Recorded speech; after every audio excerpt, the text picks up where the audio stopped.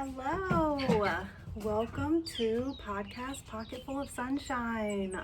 Today's finally May 1st. I know I've been waiting for this. I hope you guys have been too. I'm recording outside today, enjoying this beautiful weather. Summer is my jam. I love summer. It's the best. It's just the sunshine, the warmth, all of it. I love it so much. So May is Mental Health Awareness Month, as you guys saw in my outline, and we're going to talk about it. Today we're going to talk about how I got here. How did we get here? If you don't have a journal, get one, notepad, whatever. Jot some things down through the episode. I'm going to give you guys a little bit of homework at the end. It's going to be great. I'm excited. I'm glad you're here. Thank you for being here and supporting me through this journey. A little bit about the podcast and how it came about, how I got here. My daughter Hayden was killed in August of last year. I can't really go into detail yet about her story because we're still going through trial and all of that, but eventually we're going to talk about it, guys. I can finally talk about it now without losing my shit and crying the entire time. Some days are harder than others, but when Hayden was killed, I really felt like I was sinking down into this deep dark hole that I couldn't get out of. And again, that because of my mental health, I just, losing a child is unlike anything that I've ever experienced. And I've experienced a lot of trauma through my life, a lot of things that have affected my mental health, but this was by far the worst. So I got to the point where I wouldn't go to the grocery store. I couldn't do anything. I've lived in this area that I live in my entire life. So every time I went somewhere, I saw someone that I knew, they want to stop, they want to talk about it, which I understand because they're just trying to be supportive and show us love and consideration and compassion. But it's a little bit overwhelming when you're struggling physically, mentally, emotionally, spiritually.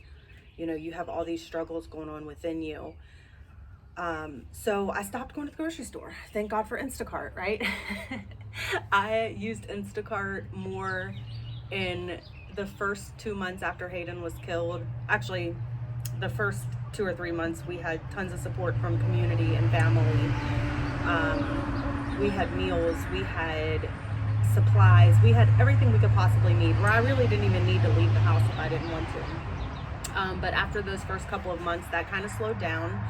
And then I attempted the grocery store and left 3 different times in the middle of shopping, left my whole cart there and just left because I needed to go home and cry. And so then I started using Instacart, and it was my saving grace. I didn't have to see people. I didn't have to go anywhere. I could stay home and hide in my own little hole, and people would bring everything to me.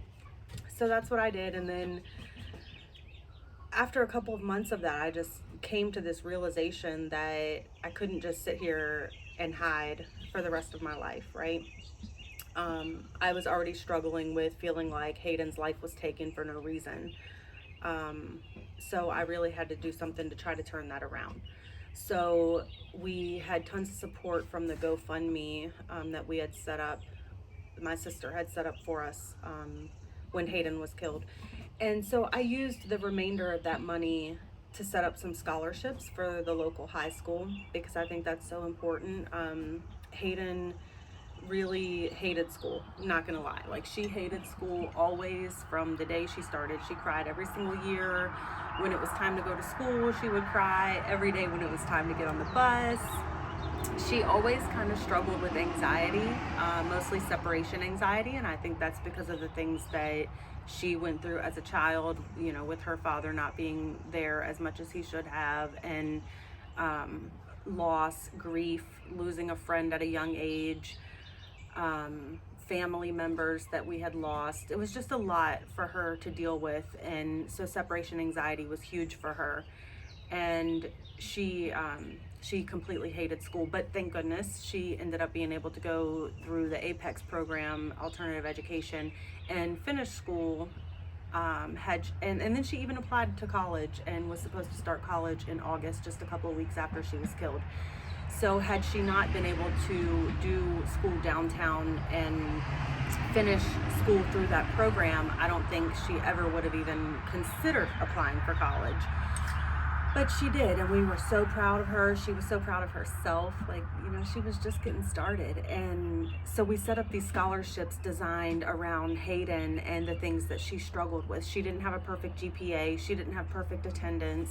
She didn't have, the straight A grades and all of that. But she still had that hope because of being able to finish school through that program, that there was something beyond for her.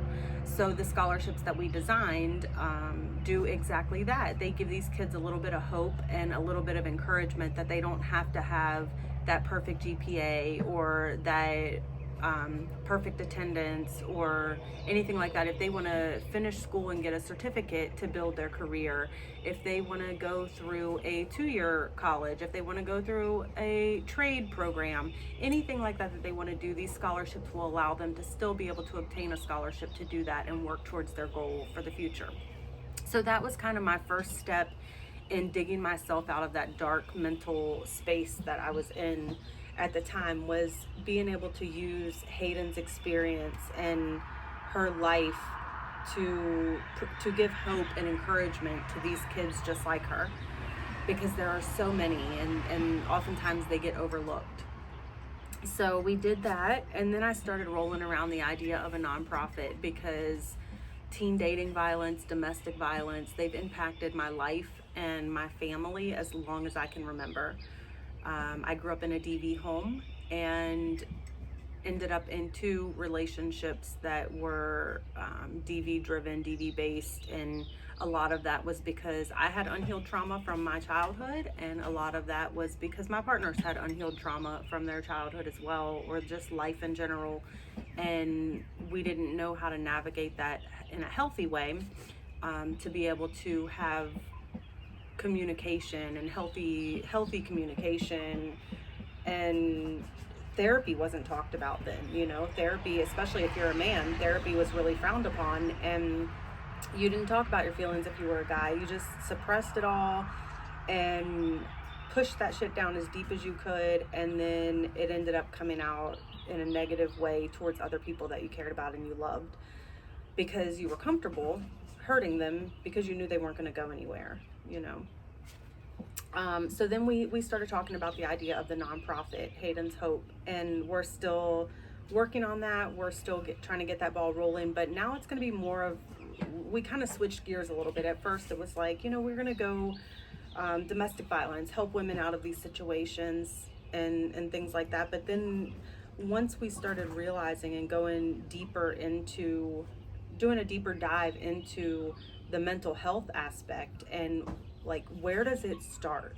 Where do we lose our self-worth and then end up in these DV relationships that we just can't seem to get ourselves out of? And it's in our childhood, it's in our youth. If we grow up in DV homes, we don't know what healthy relationships look like. And if we grow up in amazing homes, we get in high school, we get in middle school, we start dating, experimenting, and no one teaches us healthy communication. No one teaches us what healthy relationships look like. No one teaches us healthy boundaries. And so I think we need to focus more on that with this nonprofit, is making it more of an educational type thing for teen dating violence, so that we can educate our kids and the youth on teen dating violence, domestic violence. They can learn how to set healthy boundaries, how to communicate with one another. So I'm really looking forward to that. It's going to be something good that we have set up in Hayden's honor, and to help girls and kids like her. Her partner at the time, he needed a lot of help too, and he never had that. He never had the guidance. He never had the help and anything. So I just feel like starting with the kids is where we need to start with that. And then I came to the podcast. And so here we are. I had a reading with my medium Spirits by Lorraine. If you're into mediumship, check her out on Facebook. She's amazing. It's so worth your time. She's not after your money. She's just out to share her gift that was given to her and give people a little bit of peace and closure when they've lost someone that they love. She has quite a bit of a wait list, but I'm telling you guys, it's so worth it if that's your jam and that's what you're into. So the last reading that I had with Spirits by Lorraine, I was rolling around the idea of a podcast. I just didn't know where to start. I didn't know much about podcasting. I've listened to a couple of podcasts, and she kept telling me that day during the reading, Pocketful of Sunshine. She was hearing Pocketful of Sunshine, and then I just immediately knew it clicked. Like, this podcast is podcast Pocketful of Sunshine, because Hayden was confirming that, and she kept coming through and saying that day that I needed to help moms like me and girls like her. And so here we are. That's how we got here, through pain, through grief, through the darkest time that I've ever experienced in my life, and through my baby girl's spirit just speaking to me and leading me here today in hopes to help you all through your journey. Grief is hard, and it's dark, and it's lonely. Sometimes it's so lonely. We just think we're all alone, and there's nobody out there that understands, nobody out there that gets it, especially when we've lost a loved one or lost someone that's incredibly close to us. I remember when I lost my dad in October of 2021, I went through this time where, for the first week or two, everybody reaches out, everybody, they want to be there, they want to be supportive, they want to show you love, which is amazing. Like, it feels so good to have that. But then after that, everybody's life kind of goes back to normal, and you're still stuck here in this space that is not normal. It's never going to be normal again. And you feel so lonely and so by yourself, and you got to seek out that community of people that understand and that get it and that have been through the same situations. And when Hayden passed away, I had a local woman reach out to me who had also lost a child. And of course, I know several other women in my community, unfortunately, that have lost children, and they've all been an amazing support group to me. And it has given me that thing that I was missing when my dad died, just to have that community and that connection with people that really truly understand. Everybody tries to understand, and when we lose someone, we appreciate that more than anything. But child loss is something that we never wish anyone ever had to understand or relate to, because it's a different type of grief. I can't even explain it in words, but to know that there are other people that have experienced that and are still living through it every single day, it really just makes a huge difference to have that support and that love and that mutual understanding of grief that we can share with somebody. And a lot of times when you lose a child, people don't know what to say. They don't know what to do. And that's okay. That is okay. If you are a friend of someone who has lost a child and you always don't know what to say or what to do, just being there for them is enough. You don't always have to have the right words. You don't always have to be encouraging. Just be there to listen and love them. That's all they need. We're fixers. It's our human nature to fix things, to fix people. And sometimes that takes a toll on our mental health too, right? Because when we feel helpless and we feel out of control, like we can't control this situation, we can't help our people that we love that are hurting so bad right now, and that really affects us mentally. I'm just, without therapy, I don't know how I would have been able to be supportive to friends and family that I have that have lost children and lost loved ones, because it's a lot to carry and we don't talk about it enough. We all try to just hold it in. We don't want to burden anyone. We want to keep all of our thoughts to ourselves. We want to be strong. We want to be the light. We just want to always be we put on this image that we need to be perfect, we need to be happy, we are never really, sad. Everything's going to be fine, but it's okay to let people know that you're not okay. It's okay. And it's okay to seek therapy if that's what you feel like you need. And if you don't believe in therapy, which a lot of people don't, I have family members that don't. I'm a huge proponent of therapy. I strongly encourage you to get a therapist if you don't have one, because I meet with mine once to twice a week. And it's my outlet. Like, I feel like everything that I've held in that whole week, I can just spew out to my therapist, and she's going to listen, and she's going to give me amazing feedback. She's going to give me tools to help me feel less anxious, less angry, just different ways to conquer all of this grief that I'm feeling and all of these emotions that I'm trying to navigate. So, huge proponent of therapy over here. But if you don't believe in therapy, a community like this, like our podcast, is amazing, because you hear others share their stories, you can relate to their stories, and then you can hear the positive feedback of things that have helped them through this journey and through all of the things, the trauma, the grief, the abuse, everything that they have endured over their lifetime that has brought them here to where we are now and how we got here. So I just hope that this podcast is that for you all.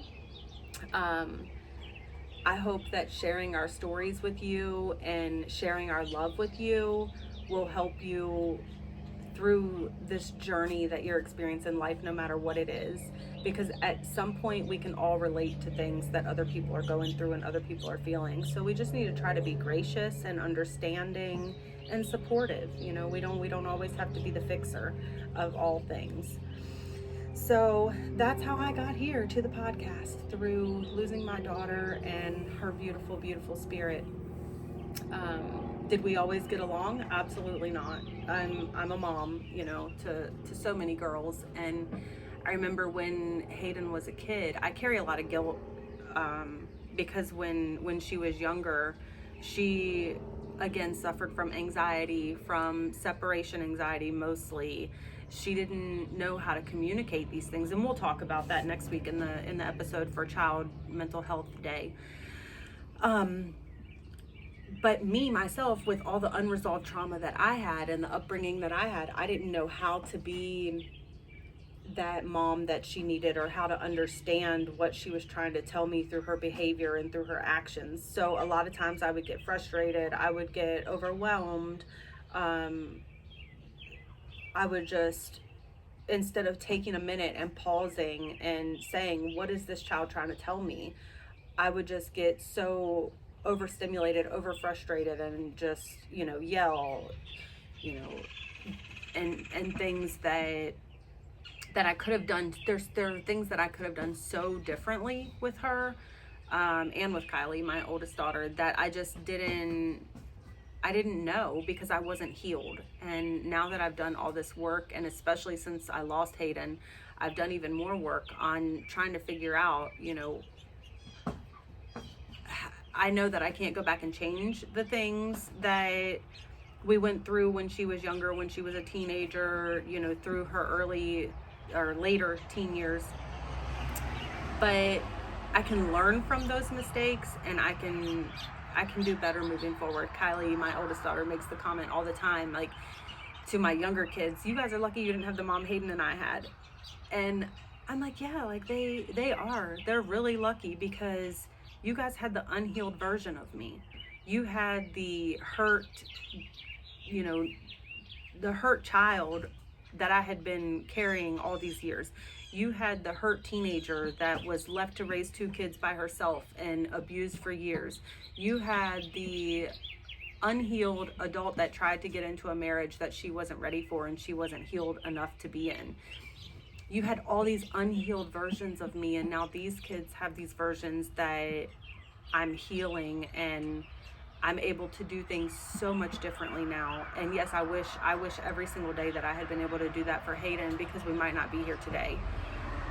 But then again, I'm glad that we are here today, so that I can share these things with you all and help you understand that even on the days when you feel like a shit mom or a shit dad, you're still you're still all they have, and they still love you so much. And there is a way forward, because the last 6 months or so of Hayden's life, she and I had really started to build a great bond with each other. We talked to each other about everything. She would call me when she was upset or had a bad day.